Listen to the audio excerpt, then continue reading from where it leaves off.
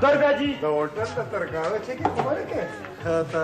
تاسو څنګه راغلی بس یاره مونږ خو یو پیاله تېز کړه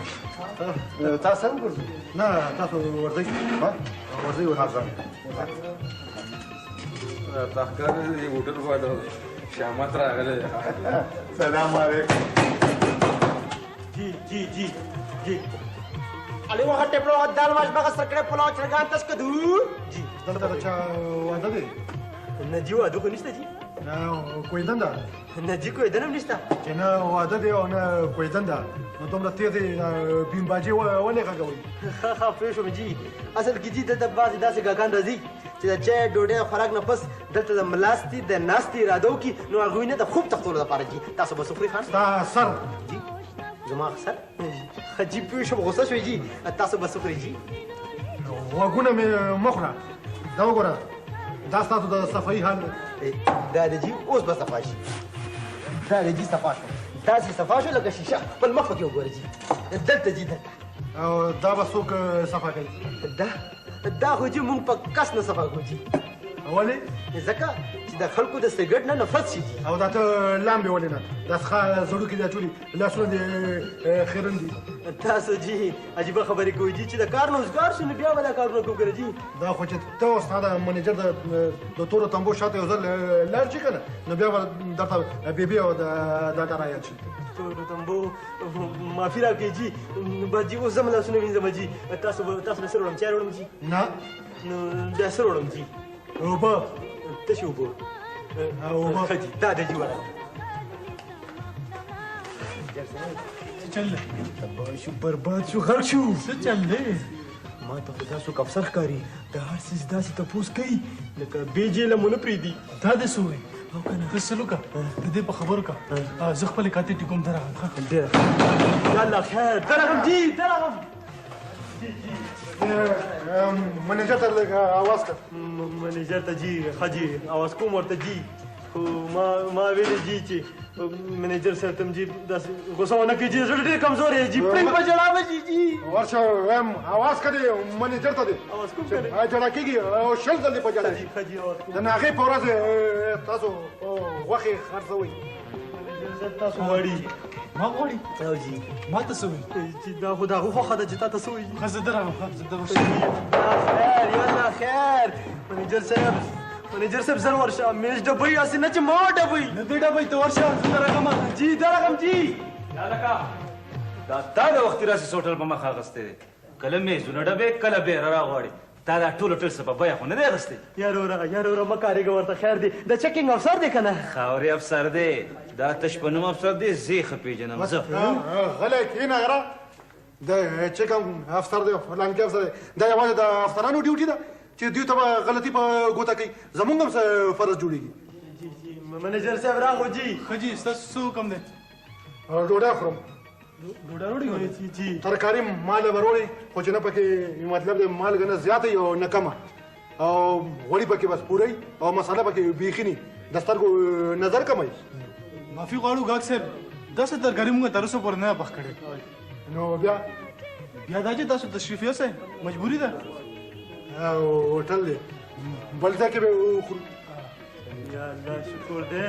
بلا و برکت نو هلکه خوا وګوره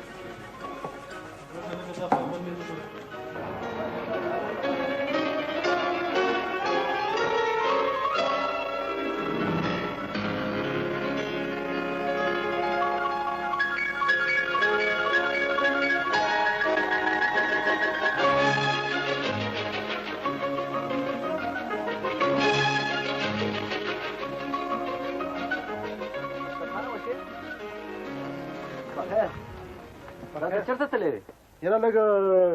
کار مې و خلکو دې تپوس کولو او رښتیا هغه دوست دې راغلی وایي روټۍ دی بوځمه نو څه شو ما ته څه پته ده تللی وایي نه په کومه لاړو داسې تللی و واپس دا چابي دې کور والا مونږ کره پرېښې ده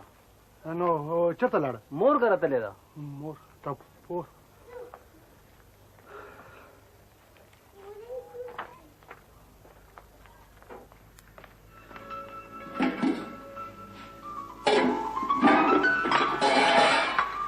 ټول لوښي وینځلي خدای پاکه داسې ښځې خو مولا ته ورسره پوه شوې نو خلاص شو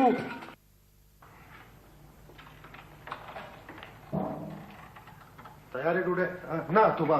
ترور بیبي السلام علیکم وعلیکم السلام اصل خانه خیر شه دا ولې داسې ګډوډې عاشي څه شو دلته دا ولې ما چې ما لږه ډوډۍ راوړي بچې ډوډۍ ډېره ته کښېنه زه دله ډوډۍ راوړم نه نه دلته نه دنده لاړ شه دنده لاړ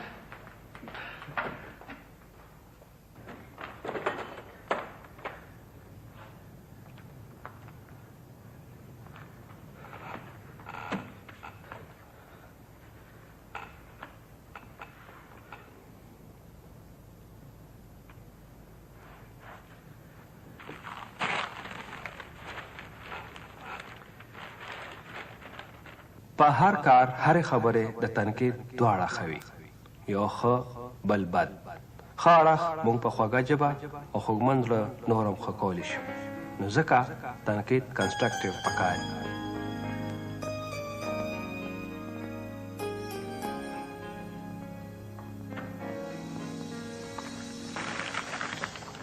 بله بچې ته ډوډۍ وخوره زه دله اوبه راوړم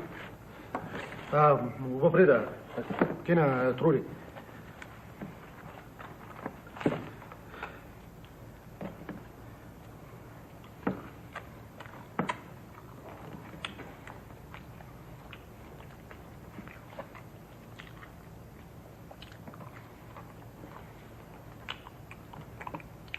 ډېر خوند یې وکړو دا آشي پخ کړی دي څه شوه آشي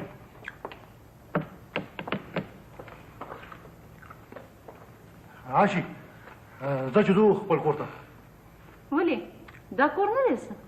دا دی خو زه خپل کور یادوم خپل کور ته به سره ځي خو په یو شرط شرط څه شرط هغه دا چې ته به هره خبره کې برناکه نکتې نه روباسې او د کور خوشحاله ژوند دپاره به دا هرې خبرې روښانه اړخ ته ګورې ما ته ستا هر یو شرط منظور دی خو